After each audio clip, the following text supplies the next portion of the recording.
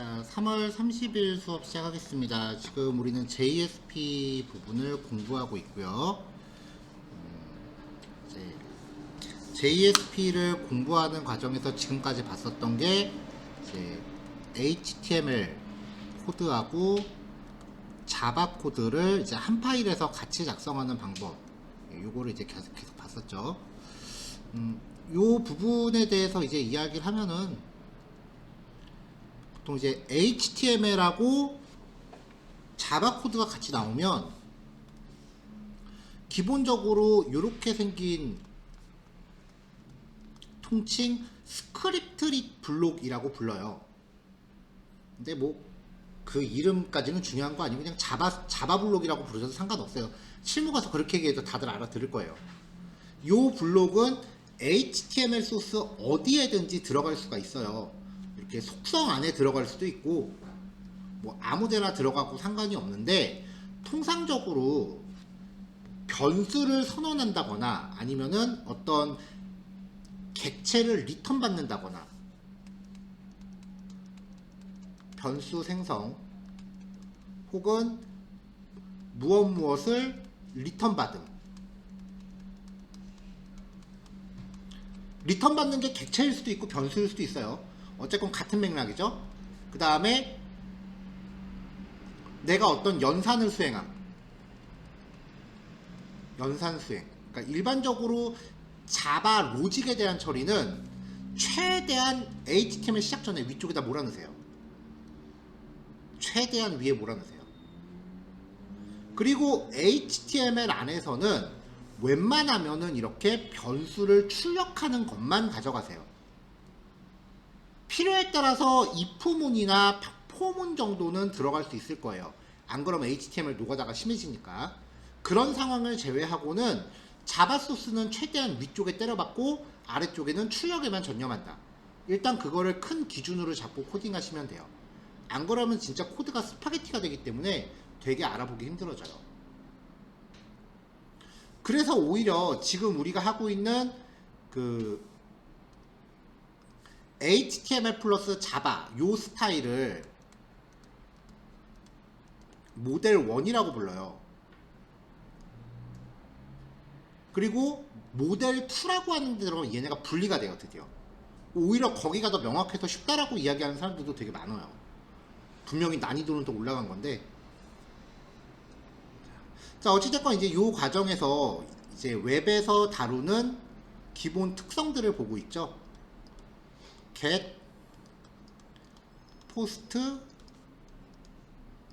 cookie, 그리고 어제 세션이라고 하는 것에 대한 기본 개념 예제까지만 봤었고, 오늘 첫 교시가 이 세션이 활용되는 케이스를 한번 보는 거예요. 여기까지가 해서 이제 지금 우리가 하고 있던 첫 번째 헬로 웹이라고 하는 프로젝트가 이제 마무리가 되고 다음 프로젝트로 넘어가게 될 거예요. 그러니까 일단 요 예제부터 얼른 마무리하고 시작합시다.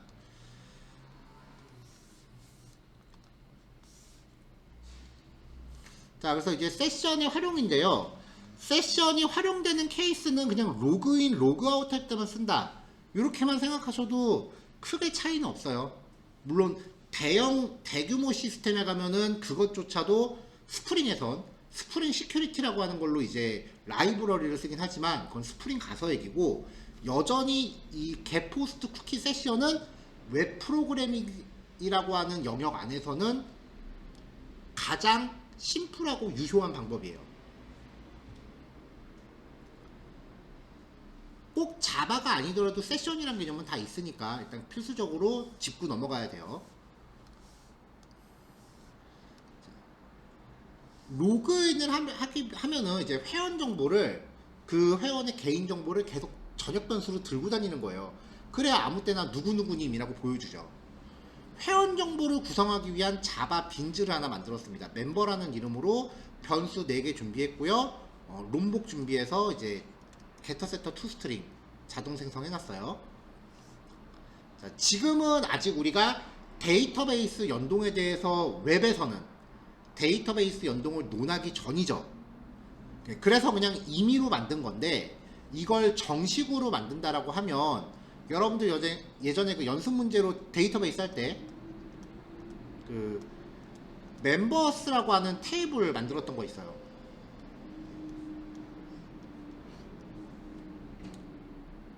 회원가입 페이지가 있다고 칩시다. 회원가입을 위한 웹페이지가 있다고 칩시다. 그럼 얘는 그 폼에서 뭔가 잔뜩 입력받겠죠. 그쵸? 그럼 입력한 내용을 액션 페이지로 서브밋을 할 거 아니에요. 액션. 그럼 얘는 이제 여기에서 이제 입력한 값들을 받겠죠. 입력값. 그 입력값들을 멤버스라고 하는 DB 테이블에 인설트하는 게 회원가입이에요. 그럼 인설트라는 키워드 때문에 지금 당장 머릿속에 떠오르는 게 세 가지가 있어야 돼. 모델, 서비스, 매퍼.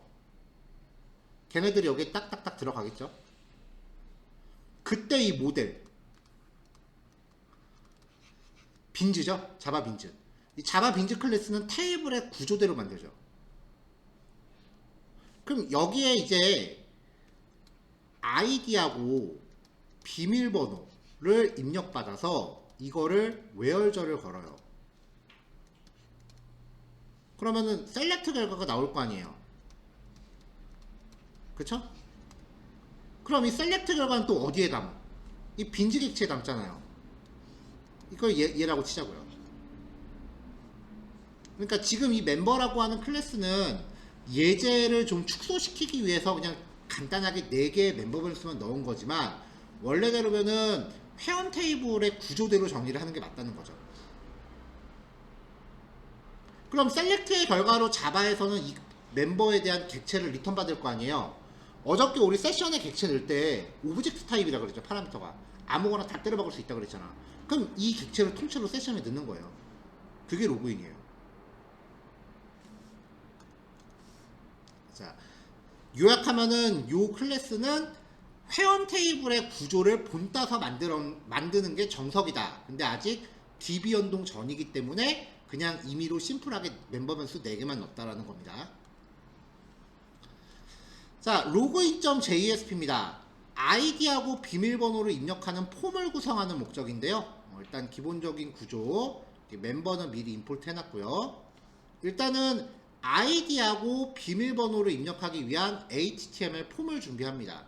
그리고 액션 페이지로 입력값을 전송을 하겠죠. 그렇죠?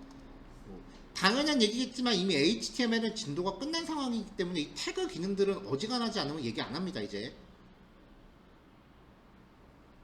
자, 여기 2하고 스텝 3라고 되어 있는 거는 아직은 아니에요. 지금 스텝 1이니까 일단은 이렇게만 하면은, 이렇게만 코딩하면은 그 회원가입 폼이 나오겠죠.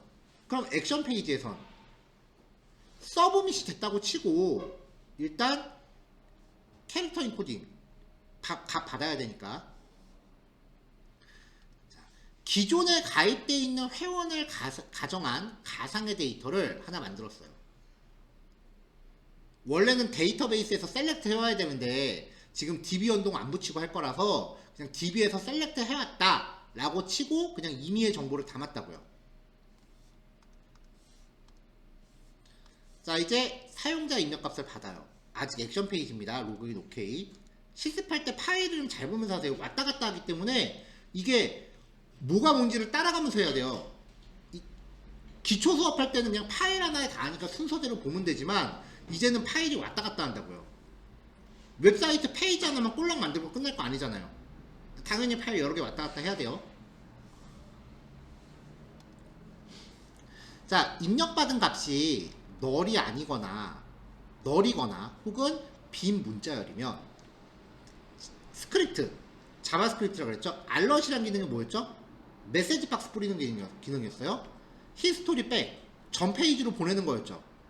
아이디를 입력을 안 했으니까 할 이유가 없잖아요. 입력하세요라고 메시지 뿌리고 전 페이지로 돌려보내는 거예요. 리턴하면 뭐 한다 그랬지? 이 전체 페이지 실행 여기서 중단한다 그랬죠. 아이디도 입력을 안 했는데 무슨 놈의 로그인이야. 안 그래요? 그래서 중단. 비밀번호도 마찬가지죠. 비밀번호 입력하세요라고 메시지 뿌리고 히스토리 백, 값이 없으면.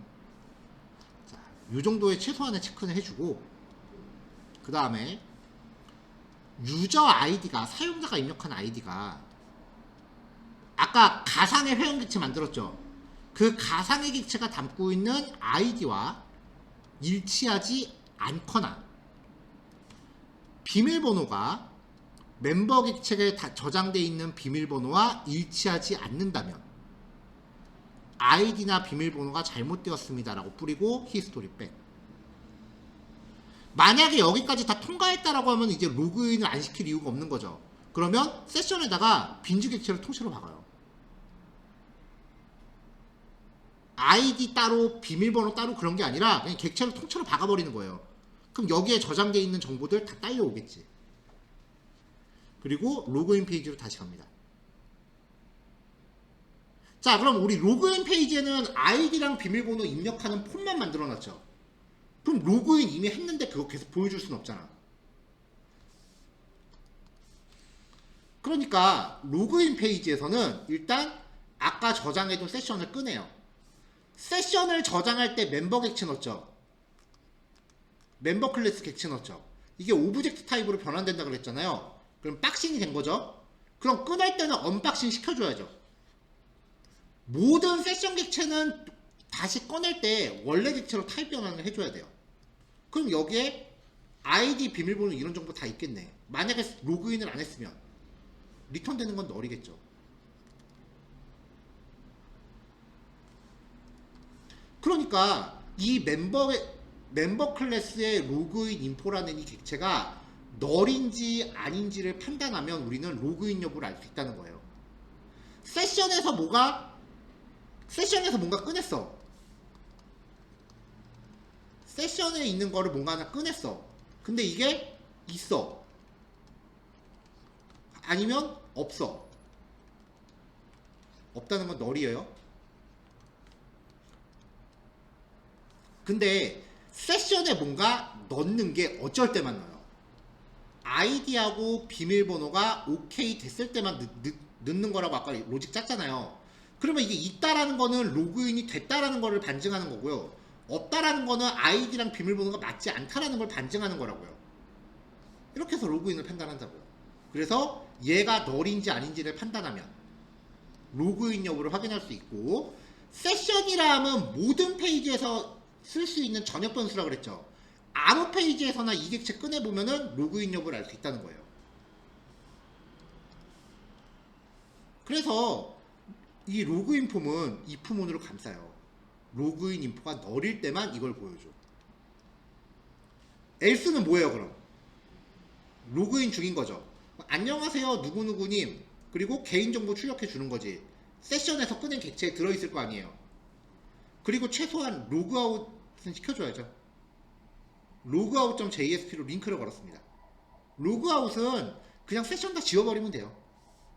로그아웃은 session.invalidate, 모든 세션을 다 지운다 그랬어요. 현재 접속자한테 종속된 모든 세션을 지우는 거예요. 모든 사용자에 대해서 지우는 게 아니고, 세션은 그렇게 하지도 못해. 사용자 개인정보야. 그래서 현재 접속한 사용자에 대한 모든 세션을 지웁니다.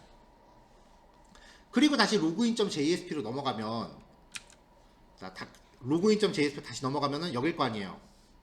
그럼 session.invalidate 호출하면 여기서 꺼내는 게 뭐가 되겠어? 널이겠죠. 지웠으니까. 그럼 다시 여기서는 조건문에 의해서 여기가 노출되겠죠.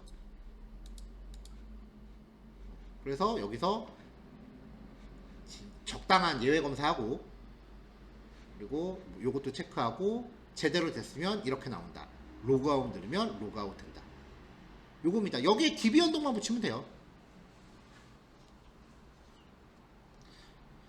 자, 여기서 one more thing. 로그아웃을 할 때 안녕히 가세요 라는 이런 알림창을 보여주고 싶어서 밑에다가 HTML 코드를 넣어봤어요. 근데 이미 세션 값 지우고 login.jsp로 도망가라 라는 코드를 넣어놨기 때문에 이 코드 이후에 HTML은 실행이 안 돼요. 이미 여기서 톡 꼈기 때문에, 이미 버스 떠난 뒤에 HTML 출력해봐야 그게 안 돼요.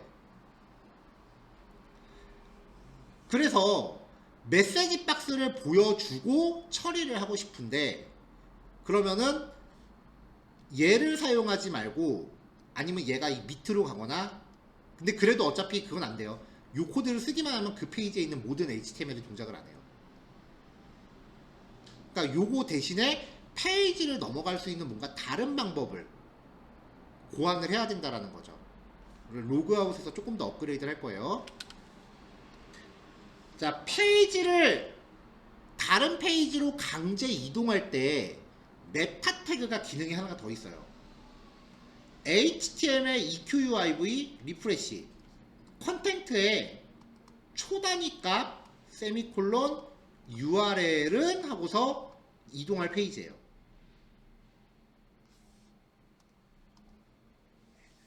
만약에 여기에 3이라고 적으면 3초 후에 이동해요. 왜 뭐 다운로드 받을 때 가면 5초 후에 다운로드 된다 뭐 그런 거 있죠? 그게 요거 쓰는 거예요. 근데 0초니까 즉시 이동하겠죠. 얘는 HTML에 의한 화면 이동이기 때문에 얘도 살릴 수 있어요. 그래서 저는 페이지 강제 이동할 때는 사실 이거 전혀 안 쓰고 맨날 얘만 써요. 왜냐면은 이거는 자바 종속이잖아. 얘는 HTML이니까 백엔드 언어가 뭐가 되건 다 쓸 수 있거든요.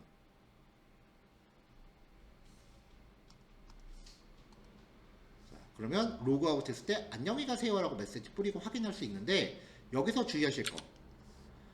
자, 습관적으로 우리는 URL 하고서 equal하면은 다운표 습관적으로 엽니다.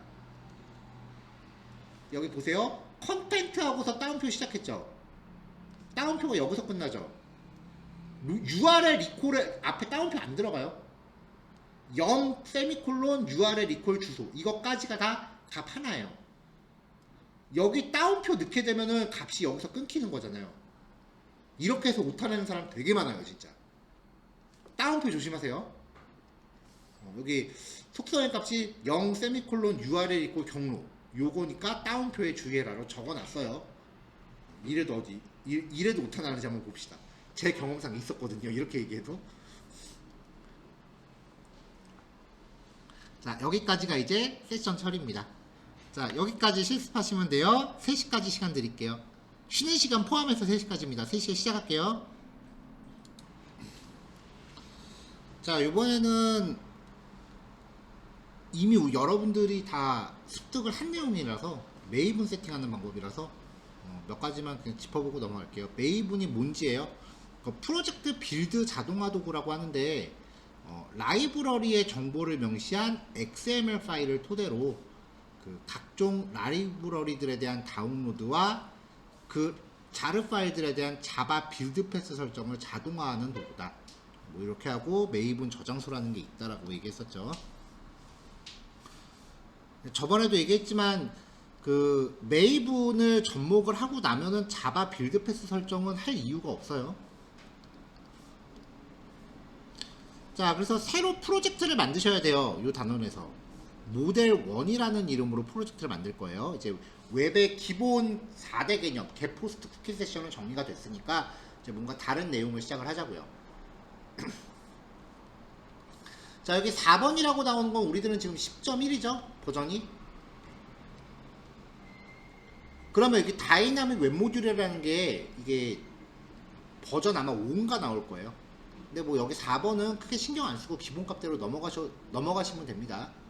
이렇게 하고 피니시 하면 되고요. 자, 생성된 프로젝트를 메이븐 프로젝트로 전환하려면은 콘피글러 밑에 컨버트 투 메이븐 프로젝트 선택하면 됐었죠. 그럼 처음에 나오는 화면 그룹 아이디라는 게 이 프로젝트의 기본 패키지 이름이에요. 보통 회사 도메인 역순 점 프로그램 이름 이렇게 정하는데 그러면 여기 같은 경우는 뭐 컴. 예를 들면 메가 IT 아카데미 점 프로젝트 이름이 모델 1이니까 모델 1 이렇게 갈 거예요. 근데 우리는 지금 이런 도메인이 없는 상태니까 회사 도메인 역순 대신에 자바 할 때는 스터디 점 자바라고 네이밍을 했는데 지금은 JSP니까 study.jsP로 갈게요.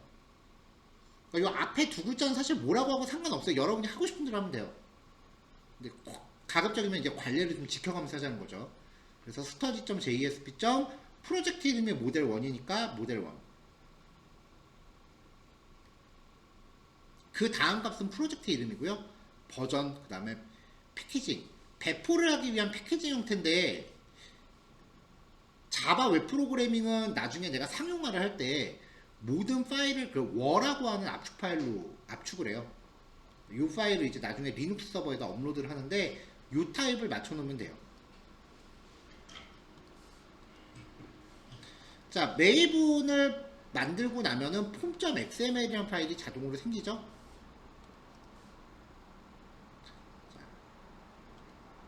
그럼 이제 맨 마지막 닫는 태그 밑에 dependencies라고 하는 태그 집어넣는 거였고요. 여기에다가 이제 룸복, 이미 지금 예제에도 세팅이 돼 있잖아요. 한 번 더 세팅을 하세요. 가장 최신 버전. 스크린샷에 나와 있는 거랑 현재 최신 버전이 안 맞을 수도 있어요. 왜냐면 지금은 시간이 그만큼 흘렀으니까 가장 최신 버전 세팅하시면 되고, 요거 복사해서 갖다 넣으면 되는 거였죠. 이미 익숙하죠.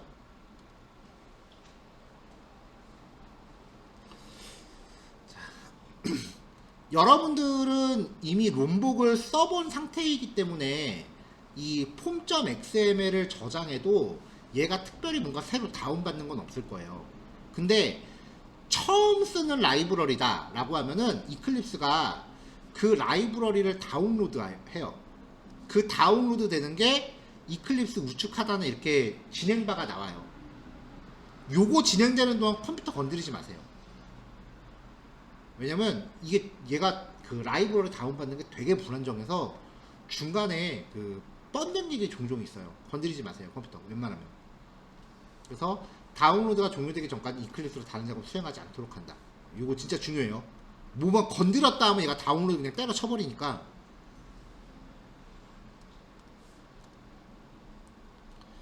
자, 정상적으로 만들어졌다면은 또 디파트먼트 클래스 하나 추가하고 멤버 변수 정의하고 골뱅이 데이터 한 다음에 컨트롤 스페이스 누르면은 임포트까지 같이 되죠. 그럼 이제 getter setter to string이 이제 쭉 그 자동화된다. 여기까지 뭐 익숙하죠. 자, 롬복 쓰다가 에러가 나면은 이클립스 자체의 롬복을 설정하지 않아서 그러는 경우도 있는데, 그 라이브러리 참조가 제대로 메이븐이 다운로드 받다가 제대로 안 되는 경우도 있어요. 그러니까 지금부터 얘기하는 건 이미 여러분들 이전 프로젝트에서 롬복을 써봤기 때문에 여러분들은 네트워크 문제로 라이브러리 다운로드 실패가 이미 안 될 거 아니에요. 이미 받아놨거든요. 근데 나중에 다른 라이브러리를 쓸 때 이런 상황이 발생할 수도 있어요. 그때는 다음처럼 제시하는 과정을 한번 시도해 보시면 돼요. 프로젝트를 마우스 우클릭한 다음에 메이븐 밑에 업데이트 프로젝트라는 메뉴가 있어요. 요거를 선택하면 폼.xml에 명시된 라이브러리를 싹 다 다시 받아요.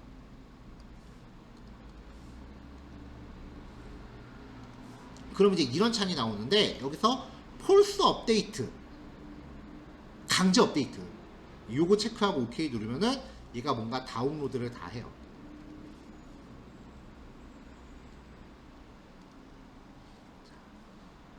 자, 여기까지 뭐 별거 없죠. 이미 여러분들 프로젝트 만들어져 있고 롬복도 받았으니까 여기서 지금 제시하는 예외 상황이 발생하지도 않을 거라고요. 제가 지금 숨겨놨는데 여기 점으로 시작하는 볼드가 하도 많아서 숨겨놨는데 다 꼴배기 싫어서 하나 더 생겼으니까 이거 숨겨야지. 자, 메이븐을 사용을 하면요, 여러분 컴퓨터에 컴퓨터 홈 디렉토리 안에 .m2라는 폴더가 생겨요.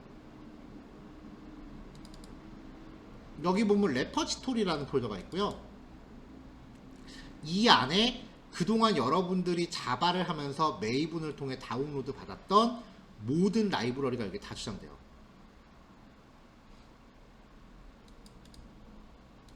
보면은 이제 해서 라이브러리들에 대한 것들이 쭉 이렇게 여기 저장이 됩니다.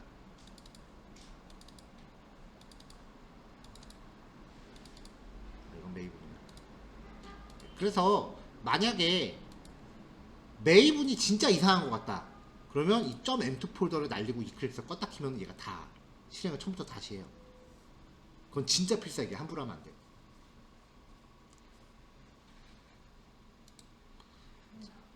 자, 그 다음에 이제 로그. 이미 로그 포지 써봤죠? 자, 로그라는 게 뭔지에 대한 설명이에요. 시스템의 모든 동작 과정을 기록한 텍스트 파일이라고 했어요. 그래서 로그 데이터는 IT 인프라에서 발생하는 상황의 모든 상황에 대한 데이터. 그리고 어떤 시스템이 자기가 구동하면서 발생하는 모든 행위와 이벤트 정보를 시간에 따라 기록한 거죠. 시간이라는 게 중요한 거고, 얘가 왜 중요하냐면은 시스템에 어떤 사고나 장애가 발생했을 때 그 로그 내용을 보고서 원인을 파악해야 된다고요. 그러니까 우리가 시스템.out.println 뭐 이런 걸로 이제 이클립스 콘솔에 출력하는 게 그대로 기록되는 거라고 보시면 돼요. 웹사이트 가동되는 동안 그 콘솔 창을 24시간 그 앞에서 모니터링 할 게 아니면 내가 퇴근했을 때 무슨 일이 생겼는지는 최소한 기록을 남겨놔야 된다는 얘기예요. 그래서 거기에 대한 근거 데이터이기 때문에 이게 되게 중요한 거예요. 근데 이게 로그라고 하는 게 파일이 되게 많이 쌓이잖아요. 가령 예를 들어서 6개월치 로그라 그러면 용량이 어마어마하거든요. 그런 것들을 분석하기 위한 빅데이터 처리 시스템들도 나와 있어요. 예를 들면 아파치 하두비라고 하는 뭐 이런 것들. 여기까지는 우리는 좀 너무 멀리 나간 거고.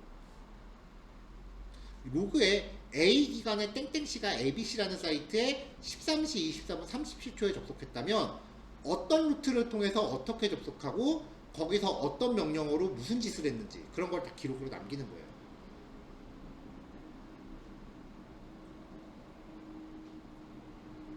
자, 이런 것들 기록을 남기기 위해서 로그4j라는 걸 사용을 했었죠. 이게 이제 로그 남은 그 예시 이미 여러 번 봤을 거예요. 자, 기본적으로 로그4j를 설정을 하시면 되는데 우리는 요거 하나만 설정했잖아요. 자, 몇 가지를 더 늘리겠습니다. org.slf4j slf4j라는 키워드로 검색하셔서요.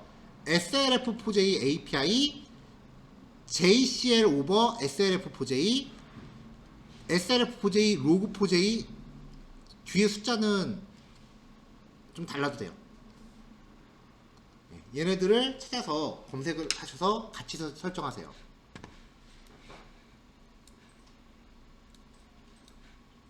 지금 프로젝트도 만들어요? 잠깐만요. 이거 아직 설명 안 끝났으니까 한번 찾아볼게요. 메이븐 레파지토리 들어가서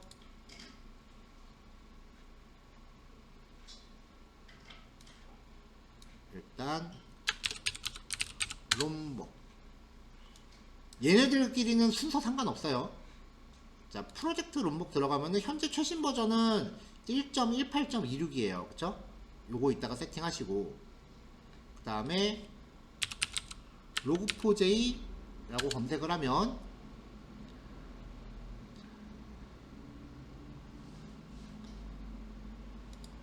아파치 log4j 코어 2.20.0 아마 우리가 쓰던 게 이걸 거예요. 요거 하고 그 다음에 slf4j라고 또 검색을 하면 slf4j API 얘예요.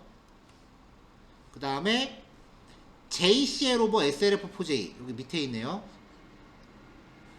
slf4j log4j 12 여기 있네요. 요거 세 개를 같이 해놓으세요. 그럼 얘는 무슨 역할을 하느냐?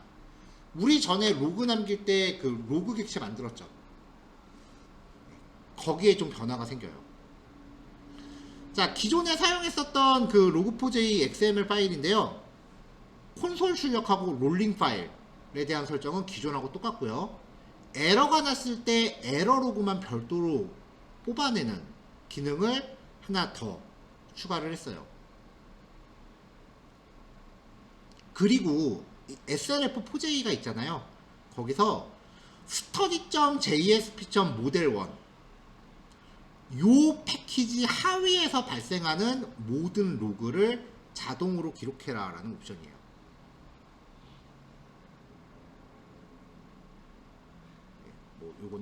요런 건데, 이 XML 파일은 아마 여러분들 배포된 자료 안에 있을 거예요. 저번에도 얘기했지만 이 XML 파일은 그냥 내용만 그 쭉 한번 검토하시고 주석 다 달아놨으니까 내용만 보면 될 거예요.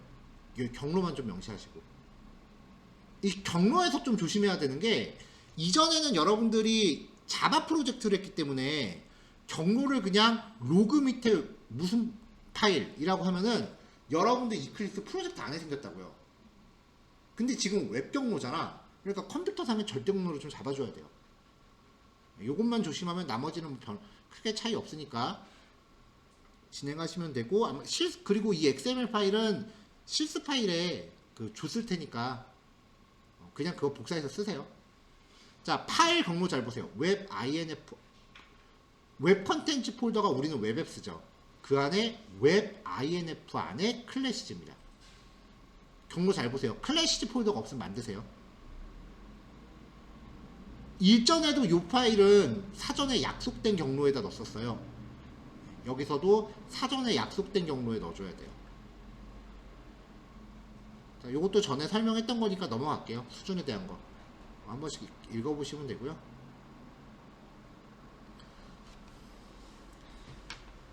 자, JSP 파일에서는 이렇게 로거 팩토리.get 로거라고 만들고, 우리 전에 여기에 클래스 이름 줬거든요. 근데 이제는 log.jsp라는 파일에서 남기는 로그다, 이렇게 남기는 거고요. debug info 1 error 이렇게 하면은 이제 얘네들이 기록이 되는데, 레벨 값이 디버그로 설정되어 있으니까 얘네가 다 저장될 거예요. 근데 만약에 여기 레벨 값을 1으로 바꾸면 디버그하고 인포는 기록이 안 되고 1과 에러만 나올 거예요. 이런 식으로 수준을 설정하는 거라 그랬죠. 개발하는 동안은 디버그로 놓고 개발이 끝나면 나중에 이거는 에러로 바꿉니다. 일일이 다 기록할 필요는 없으니까요. 자, 이렇게 하면 이제 이클립스 콘솔에도 기록되고, 여러분들이 워크스페이스 경로 안에 로그 밑에 웹.로그라고 설정한 곳에도 파일이 기록된다 이고요. 그럼 SLF4j는 뭐냐? JSP에서도 로그를 남기긴 하겠지만, 이후에 여러분들은 이제 모델 2로 가면 이제 서블릿을 다루기 시작할 거고, 스프링도 다룰 거예요.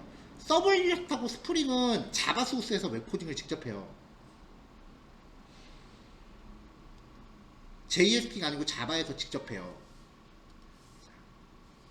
아무 클래스나 붙잡고 얘가 롬복하고 연계가 돼요. SLF4j는. SLF4j가 로고4j랑 롬복을 연계시키는 라이브러리, 중간 라이브러리예요. 아무 데서나 SLF4j라고 하나 더 주면요, 그냥 로그라는 객체가 자동으로 생겨요. 객체 만들 필요 없이 그냥 쓰면 돼요. 로고4j 객체 생성 자동화 라이브러리예요. 이거 되게 편해. 그러면요, 저번에 어떤 회사는 롬복을 못 쓰게 한다 뭐 이런 게 있다고 그랬잖아요. 저것도 그런 게 있어요. SL 저거. 얘는 롬복에 기생하는 애기 때문에 롬복을 못 쓰면 얘도 당연히 못 써요.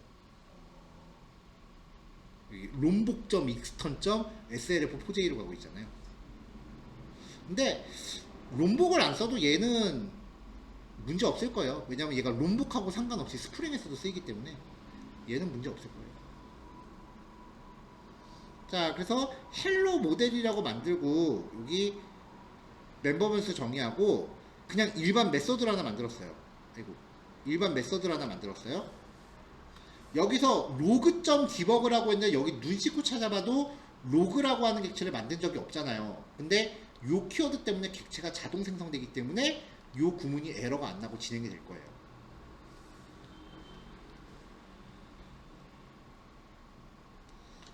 그러면은 좀 전에 그 모델 클래스를 임포트 한 다음에 객체 만들고 프린트 로그라고 출력을 하면은, 이 프린트 로그 메서드 안에서 로그 출력하게 했잖아요. 그러니까 출력되는 내용은 이제 콘솔로 봐야죠.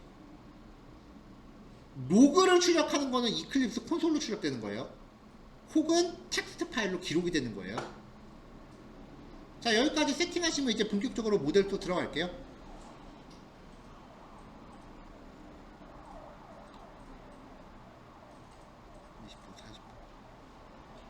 네, 요것도 그냥 4시까지 시간 드릴게요. 여유있게. 자, 모일게요. 네. 그 수업 예제에서 이상한 부분이 있다라고 지금 리포팅을 받아서 체크를 해봤는데, 일단은 에러 메시지 났던 게 그 버전 충돌 문제예요.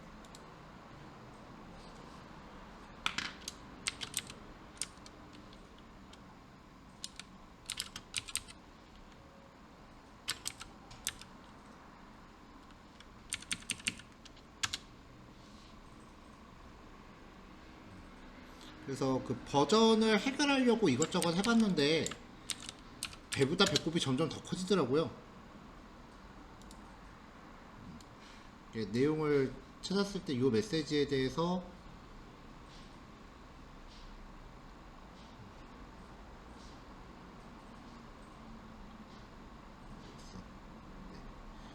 버전이 맞지 않다라는 부분이라서 이게 라이브러리들끼리 버전 맞는 거 계속 찾으려면 넣다 뺐다 하면서 테스트를 좀 오래 해봐야 돼서 이미 로그4j를 우리가 전에 썼던 이력이 있잖아요.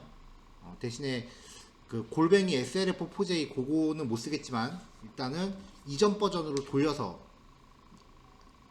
아니지, 그때 우리 자바에서 했었던 것도 사실상 최신 버전이었지.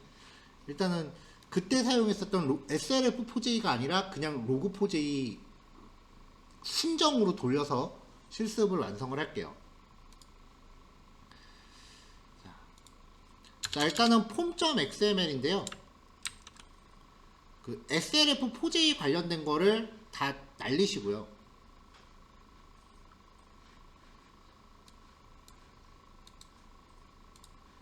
SLF4j 관련된 걸 날리시고 수업 예제를 통해서 여기까지는 이미 진행이 돼 있으실 거예요. 로그4j 코어까지는. 근데 우리가 전에 자바에서 로그4j 있을 때는 얘가 하나 더 들어가 있었어요. 얘가 우리 기본 자바 수업할 때 사용하던 애거든요. SLF4j를 제거하고 자바 수업 때 사용한 버전으로 교체를 하겠습니다.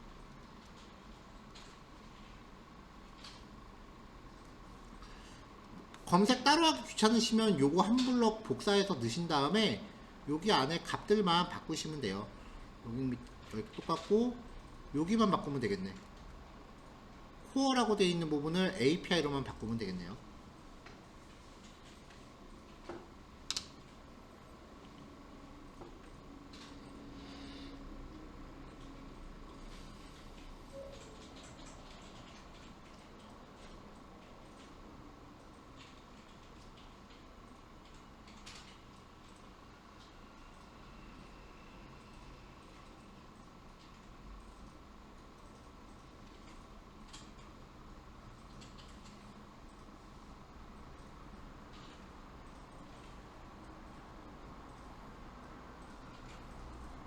자, 여기 넘어가도 될까요?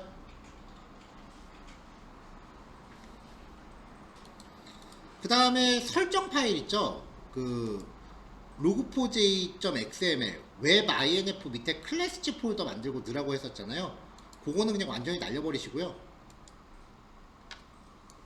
우리 전에 자바에서 했을 때 기본 자바 그 비주얼 스튜디오 코드 했던 거 기억나시죠? 그때 src 밑에 메인 밑에 리소시즈라는 폴더를 만들고 log4j2.xml이라는 파일을 만들었어요. 그냥 log4j.xml은 버전이 1점대 버전용이고요. log4j2.xml은 버전이 2점대용인데 지금 우리가 사용하는 거는 버전 2점대거든요.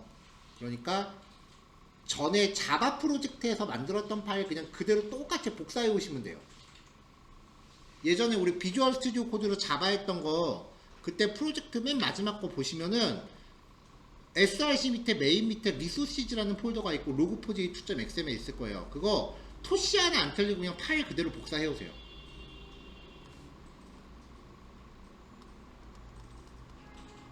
자바 기본에서 API 맨 마지막 게 09번이었죠? 의 파일 복사하세요. 경로도 똑같이 있을 거예요. 경로도 똑같이 있을 거니까 복사해서 가져오세요. 괜히 롬복하고 로그4j하고 연동 한번 하려고 했다가 배보다 배꼽이 더 커진다.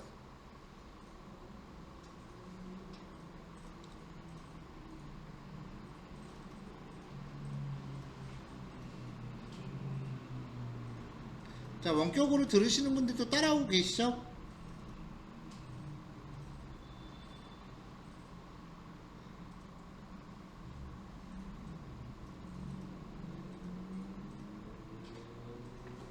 자, 원격으로 들으시는 분들도 지금 요거는 따라오세요. 그 배포 교환하고 내용이 다릅니다.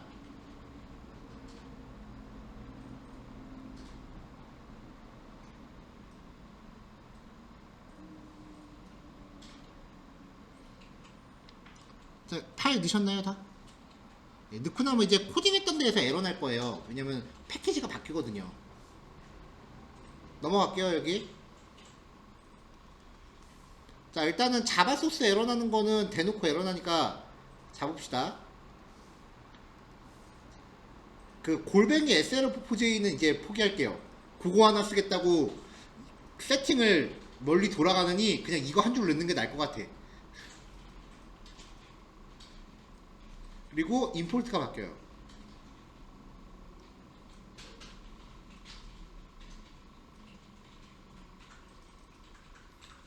뭐 어차피 여기 코딩하면서 그 임포트 하는 거는 나올 테니까. 자바 코드에서는 이렇게 해놓고 컨트롤 시프트 O 누르면 임포트 되잖아요. 임포트 될 때 보면은 가져와야 될 게 여러 개 있으면 이렇게 팝업으로 물어봐요. 여기서 원하는 거 선택하시면 돼요.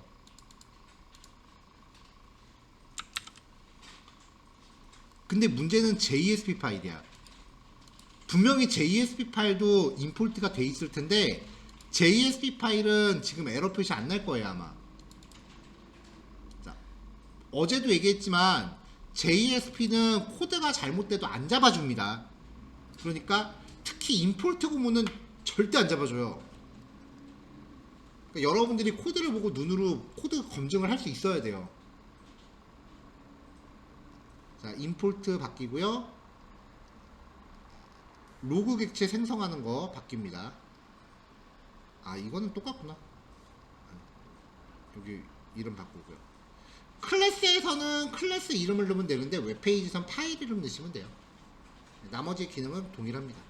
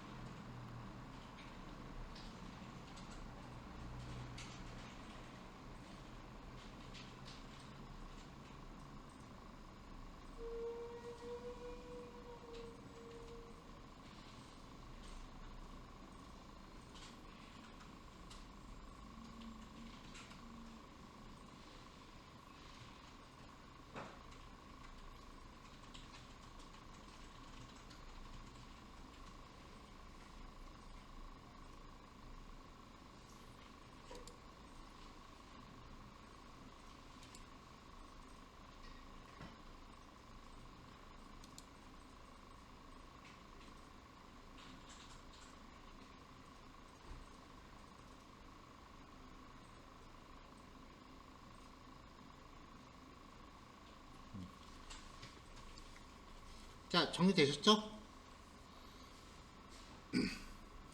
아마 애당초 처음부터 폼.xml에 명시되는 버전을 교환하고 똑같이 맞추면은 되긴 할 거예요.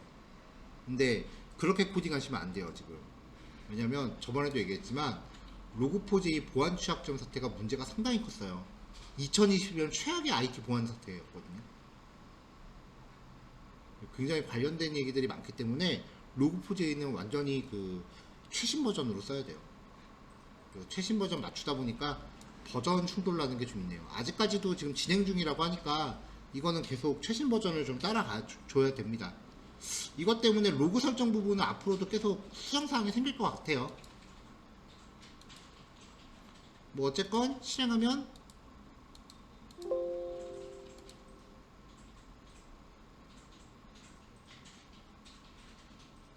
네, 웹페이지는 제가 너무 밋밋해서 한 글자 출력했는데 여러분들 아마 아무것도 안 나올 거예요. 바디 태그 쓴 게 없으니까.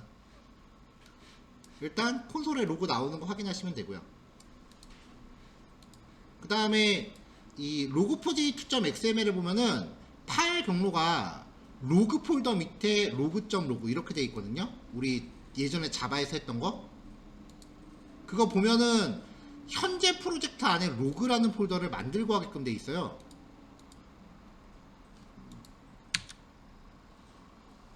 근데 프로젝트 안에 새로 고침해도 안 나올 거예요. 웹상에서는 JSP가 되면은 현재 프로젝트를 여러분들 워크스페이스로 봐요. 그러니까 워크스페이스에 가면은 이제 폴더가 만들어져 있을 거예요. 거기도 안 만들어져 있네. 아예 안 만들어지네요. 그럼 요거는 설정을 수정합시다. 여러분들 워크스페이스 폴더 안에 경로를 만들게끔 각자 워크스페이스로 잡아주세요. 여기 log4j2.xml에 파일 네임이라고 되어 있는 이 부분에 폴더 경로를 여러분 각자 워크스페이스 경로가 될 수 있게끔 만들어주세요. 이거를 또 이렇게 해야 되는 이유가 나중에 웹사이트를 여러분들이 배포하잖아요. 그러면 아까 배포할 때 워라고 하는 파일로 만들어진다 그랬죠. 이게 압축 파일이에요. 그러니까 파일 생성 경로를 현재 프로젝트 안에 상대 경로로 해버리면은 압축 파일 안에 뭐가 들어갈 수 있을 리가 없잖아. 그러니까 생성이 안 돼요. 그래서 이건 어차피 상용 환경 고려하면은 절대 경로 잡아줘야 돼요.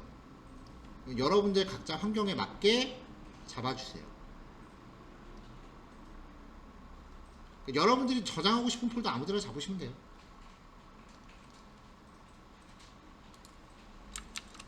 자, 이래놓고 재실행 한번 해볼게요. 원하는 경로에 파일이 잘 생기는지.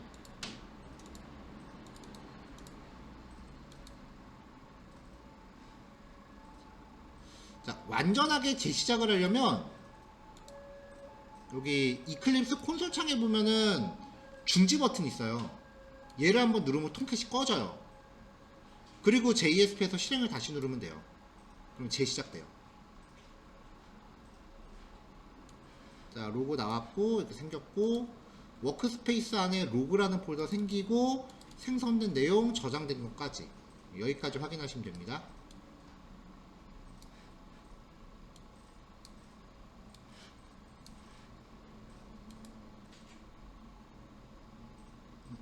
자, 변화씨 확인됐어요? 네. 확인됐어요 이거? 인섭 씨는 확인된 것 같고 다른 두 분도 확인되셨어요? 다른 분도 다 확인되셨나요 이거? 네, 그럼 정리하는 그 상황 정리 좀 해야 될 것 같으니까 조금 끌었다 갑시다. 5시에 보야. 지금 40분이니까 5시에 봅시다. 그 리소스 파일 한 번만.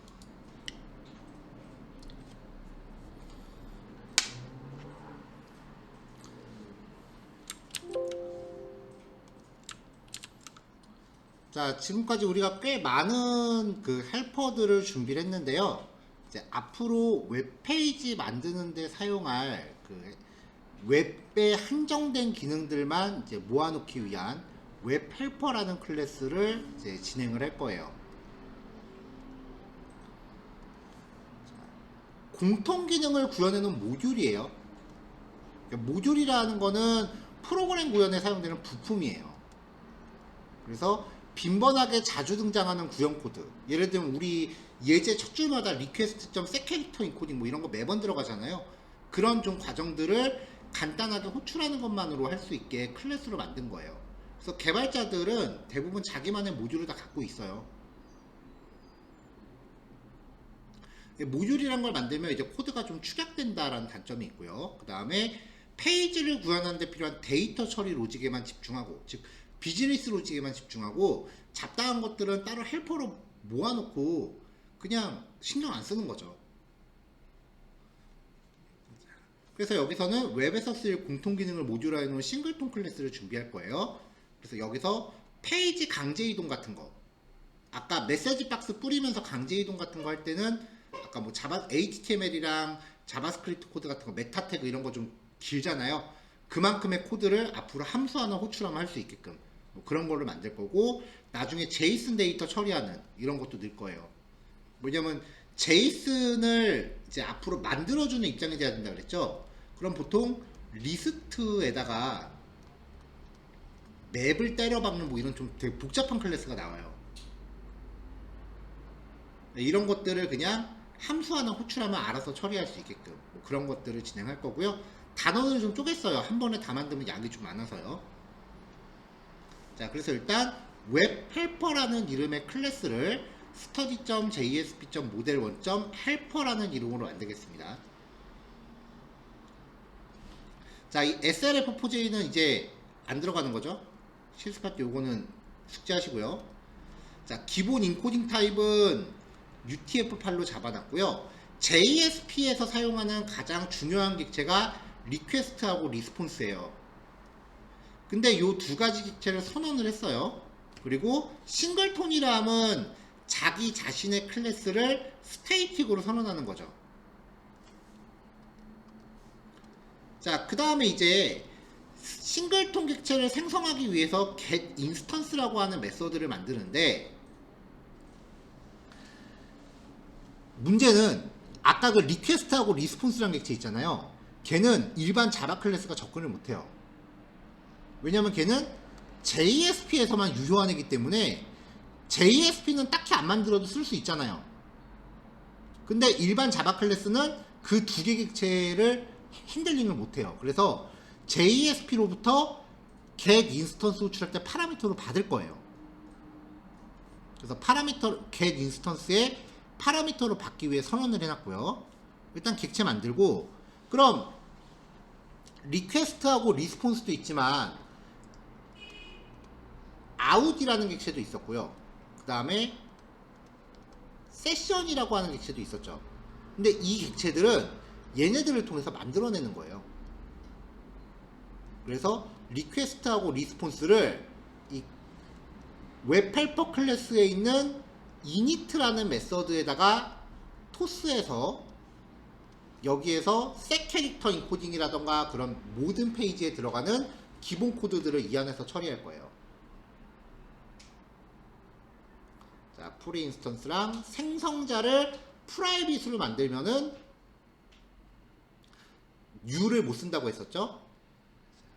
지금 이 클래스는 딱히 상속받는 애가 없어요. 그럼 무조건 오브젝트를 상속받죠. 오브젝트 상위 클래스의 생성자를 호출한 건데, 어차피 오브젝트가 갖는 생성자가 기본 생성자이기 때문에 내용이 없는 생성자. 그래서 요 슈퍼는 넣어도 그만 안 넣어도 그만이라고 했었습니다. 자, 기억나나요? 자, 그래서 init라고 하는 메서드를 여기서 정의를 할 거예요. 싱글톤 객체를 만든 다음에 얘를 get instance 안에서 강제로 호출시키는 거예요. 여기서 이제 리퀘스트랑 리스폰스를 받아요. JSP에서 get instance 호출하면서 리퀘스트랑 리스폰스를 넣어주면 그거를 이 객체가 갖고 있는 init라는 메서드한테 던져서 초기화를 시킬 건데, 그 초기화 과정이 이제 여기서 진행이 되는 거죠. 자, 전달받은 리퀘스트와 리스폰스를 멤버 변수에 넣어요. 그 다음에 setCharacter encoding, 이거 맨날 들어갔잖아요. 요거를 리퀘스트랑 리스폰스 객체에 대해서 알아서 해주는데 UTF-8은 아까 멤버 변수로 잡아놨죠.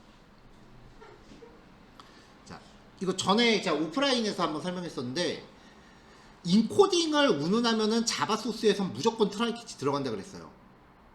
어제 얘기했나 그랬죠. 어제 끝날 때 따로. 그래서 트라이 캐치 넣어줘야 되고요. 그럼 여기서 이제 뭘 하느냐?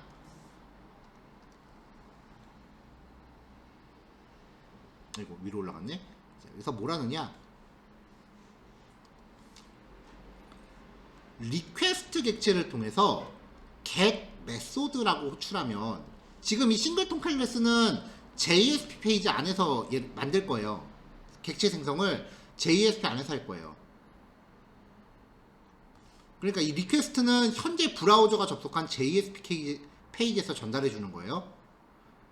request.get method 현재 이 JSP 페이지에 get 방식으로 접속했는지 포스트 방식으로 접속했는지를 뽑아낼 수 있어요. 그럼 문자열이 get 혹은 포스트가 되겠죠. request.get request url.toString 현재 실행되고 있는 JSP 페이지의 URL을 뽑아낼 수 있어요. 만약에 get 방식으로 접속했다면 물음표하고서 뒤에 뭐뭐 이렇게 변수들 있겠죠. 요 부분을 물음표를 제외한 이 부분을 통칭 쿼리 스트링이라고 해요. 그래서 request.getQueryString 이름 equal 값 and 이름 equal 값 이렇게 다 덩어리진 거를 쿼리 스트링이라고 해요. 이걸 뽑아요. 만약에 변수가 전달된 게 있으면 쿼리 스트링 값이 있겠죠. 그래서 얘가 널이 아니면 뽑아온 URL에 물음표 붙이고 덧붙여줘요. 그럼 완전 풀 URL이 만들어질 거 아니에요. 이거를 로그로 기록해요. 자, 처음에 메소드, get post 접속 방식, URL. 그러면은 로그가 남길 때 현재 실행 중인 페이지가 어딘지를 같이 볼 수 있어요. 근데 여기 지금 로그라고 하는 이 객체가 지금 여기서는 클래스 만들 때 SLF4J를 썼기 때문에 만든 거잖아요. 쓸 수 있는 건데 우리는 지금 SLF4J 걷어내기로 했죠. 그럼 여러분들은 로거 타입의 로그라는 객체를 하나 여기서 직접 만들어줘야 됩니다.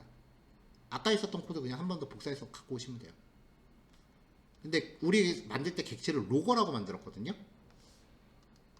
그러면은 여기 로그 남길 때 객체 이름이 뭐가 돼야겠어? 똑같이 생성한 객체 이름 맞춰줘야겠죠. 이 정도는 여러분 실습하면서 조절할 수 있죠. 자, ENC 타입 리퀘스트 리스폰스에 대해서 게터 세터 추가하고요.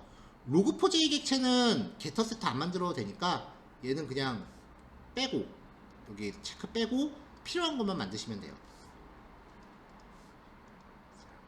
그래서 게터 세터 메서드 추가한 거고 하나면에 스크린샷 뜨다 보니까 그냥 코드 좀 정리해서 이렇게 한 줄로 다 때려 박았습니다. 근데 저는 개인적으로 이렇게 한 줄로 짜는 코드 별로 안 좋아해요. 자, 여기까지 하면 이제 그 싱글통 객체를 생성한 거잖아요. 그럼 이제 임포트하고 webhelper.getInstance 하면서 리퀘스트랑 리스폰스를 넣어주기만 하면 이 안에서 세캐릭터 인코딩 일단 자동으로 해주죠. 로그 객체도 만들어 놓죠. 그러니까 이 객체를 만든 것만으로 페이지는 별거 없고요. 이렇게 실행하면은 로그상에 get 방식으로 이 페이지에 접속했다 라고 기록이 남기 시작을 할 거예요. 그리고 여러분들이 웹브라우저의 URL 창에서 직접 물음표 찍고서 변수 아무거나 줘보세요. 웹브라우저 주소창에 직접 물음표 찍고 여러분들이 변수 아무거나 줘보세요. 그러면 그 변수 값이 같이 나올 거예요. 이렇게 해서 현재 실행 중인 페이지가 무엇이었는지를 명확하게 기록으로 남겨야 앞으로 에러 났을 때 추적이 용이해요. 자, 일단 요거까지 먼저 해봅시다.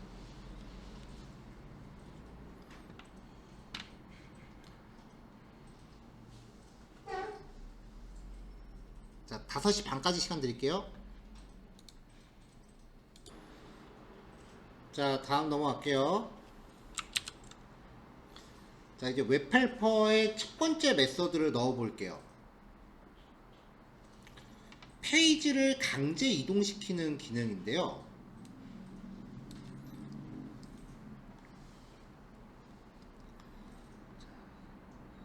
자, 우리가 이제 입력 폼을 구성하는 페이지가 있고요. 그 다음에 액션 페이지로 서브밋을 시켜요.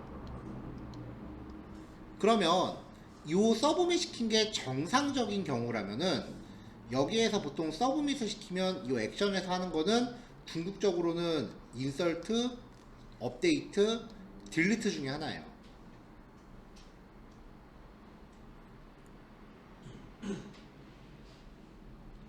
그럼 여기서 이제 머물러 있는다면 새로 고침하면 처음부터 다시 실행하는 거 아니에요.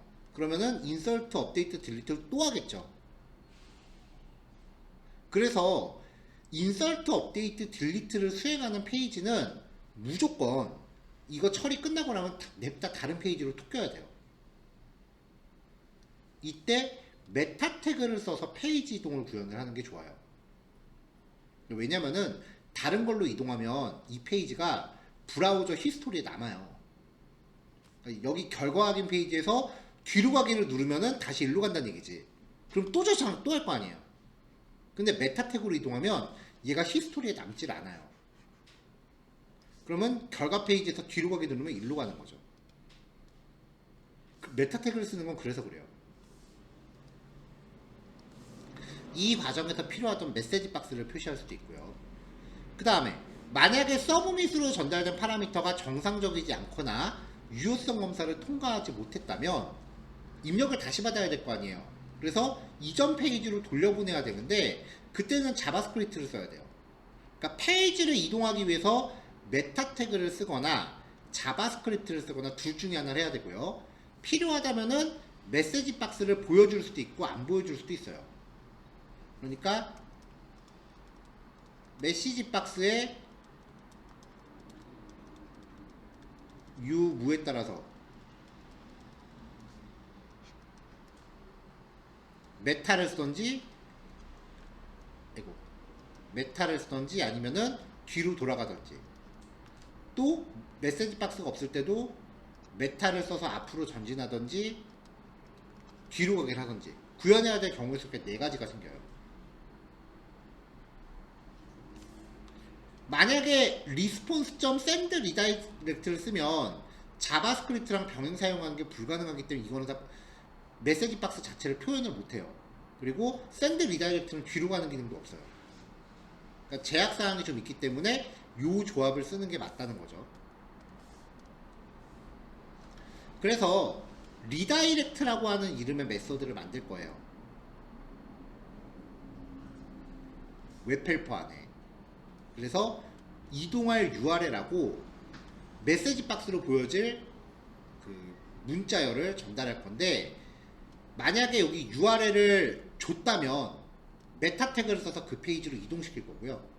만약에 URL을 널로 줬다면 이전 페이지로 이동시킬 거예요. 그 다음에 MSG 문자열을 줬다면 그 메시지 박스를 표시하는데, 만약에 널로 줬다면 메시지 박스를 안 보여줄 거예요. 그럼 이 2가지 파라미터로 경우의 수를 따지면 아까 말했던 그 4가지 케이스가 다 커버가 되겠죠. 일단은 리다이렉트 메서드가 실행이 됐다, 어떤 페이지로 이동을 할 거고 메시지는 뭐를 요청했다라고 로그로 기록을 남길게요.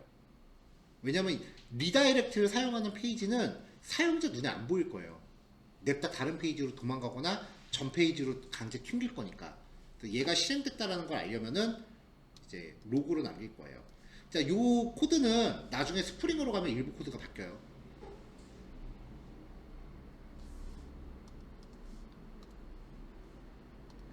자, 완벽한 HTML을 만들기 위해서 HTML 태그를 작성을 합니다. 캐릭터 셋은 문자열 미리 멤버 변수 준비한 거 있으니까 얘를 연결했어요. 멤버 변수로 UTF 파일 잡아놨잖아요. 원래 옛날 웹사이트 만드는 건 이렇게 만들었어요, 다. 자, MSG, 메시지가 널이 아니면 자바스크립트를 진행하고 알럿. 알럿 하고서 괄호 열고 콧다운표 찍었죠? 그 다음 문자열 끝났지? 그 다음에 여기 MSG라는 파라미터를 연결했죠? 만약에 이게 헬로라고 칩시다. 여기에 헬로라고 입력하겠죠? 그 다음에 또 새로운 문자를 시작하면서 콧다운표로 있죠? 콧다운표 닫고 괄호는 세미콜론. 자바스크립트는 쌍따옴표, 콧다운표를 안 가리니까 자바 안에서 자바스크립트를 다룰 때는 콧다운표를 써야 돼요. SQL도 문자를 콧다운표로 다루는 이유가 같은 이유예요.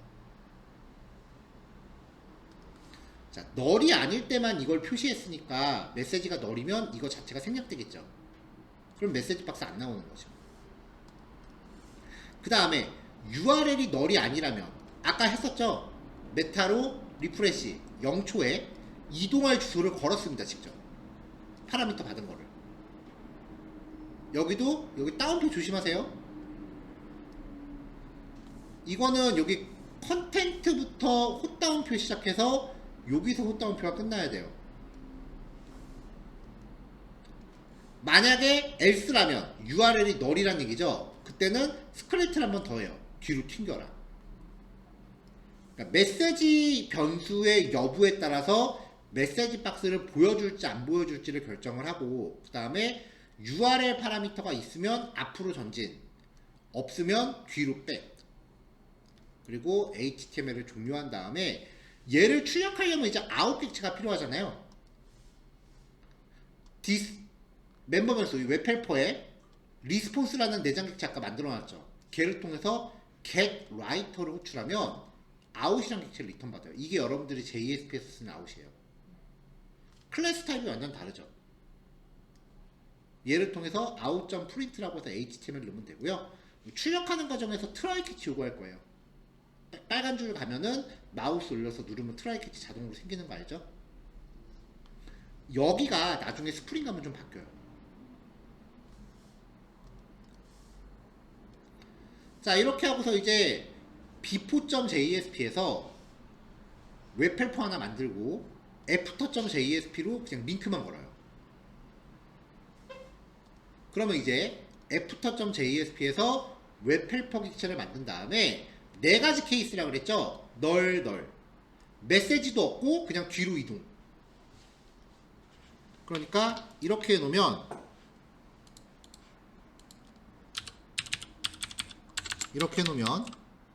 비포에서 실행했을 때 애프터로 이동하면 화면에서 뭐가 안 보이죠? 앞으로 갔다 그냥 바로 튕기는 거야, 뒤로. 그러니까 보면은 after.jsp로 분명 가긴 했어요. 근데 리다이렉트 해서 뒤로 튕긴 거죠. 자, 이번에 애프터에서 URL은 없으니까 뒤로 튕기는 건데 그 전에 이 메시지를 보여주래요. 그러면 이제 이전 페이지로 돌아갑니다. 로그도 찍혔죠? 확인되고 누르면 다시 뒤로 오는 거죠. 앞으로 전진을 못해요.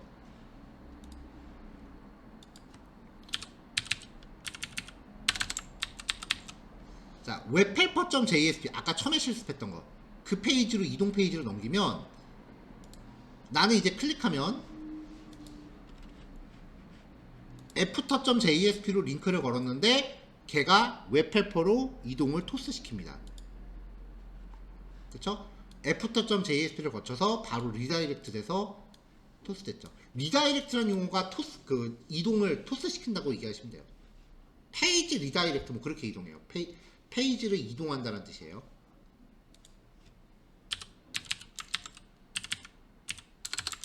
자, 그럼 이제 여기까지 도달하기 위해서 페이지가 펜 또 어디 갔냐? 여기 있다.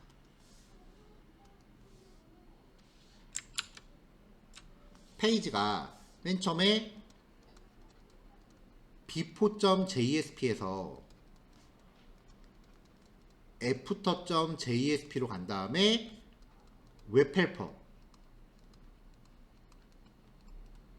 웹헬퍼.jsp로 이동을 했죠. 지금 상황을 여기에서 db에 대해서 insert, update, delete 중에 뭔가 했다라고 가정을 한 거예요. 여기서 만약에 뒤로 보냈을 때 일로 간다 그러면 이 처리를 다시 한다 그랬잖아요.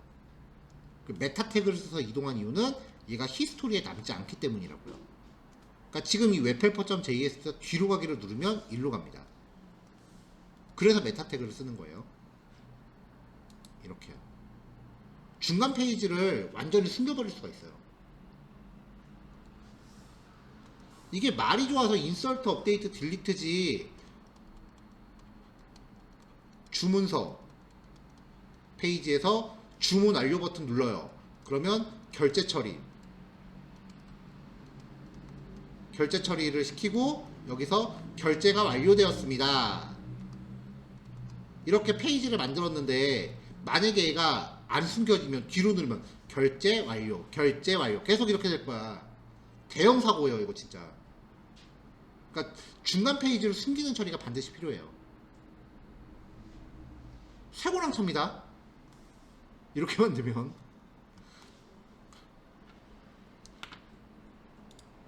자, 마지막 페이지 주소 넣고 메시지도 넣으면은 이제 여기서 누르면 메시지 박스가 나오고 버튼 누르면 다음 페이지로 가고, 하지만 뒤로 누르면 여전히 걔는 히스토리에 숨고. 자, 결제 완료. 결제가 완료되었습니다. 확인. 그럼 여기서 주문 내역 쫙 나올 거 아니에요. 뒤로 가기 누르면 이제 다시 주문서가 나오겠지. 여기서 다시 누르면 그때는 이미 결제가 완료된 상품입니다. 뭐 그렇게 메시지를 넣어주는 처리를 해야 될 거예요. 자, 이런 4가지 케이스에 대해서 미리 모듈화를 시켜놓은 겁니다. HTML 코드 자체는 아까 했었던 실습에 내용이 있잖아요. 원문이. 그러니까 그걸 활용하실 때 파라미터로 대체할 부분만 처리하시면 돼요. 그러니까 실습 자체는 오래 걸리는 실습이 아닌데 이런 걸 왜 하는지를 반드시 납득을 하고 들어가야 돼. 중요한 처리예요. 웹에서는. 자, 요거 완성하시고 마무리합시다. 오늘 여기까지 할게요. 수고하셨어요.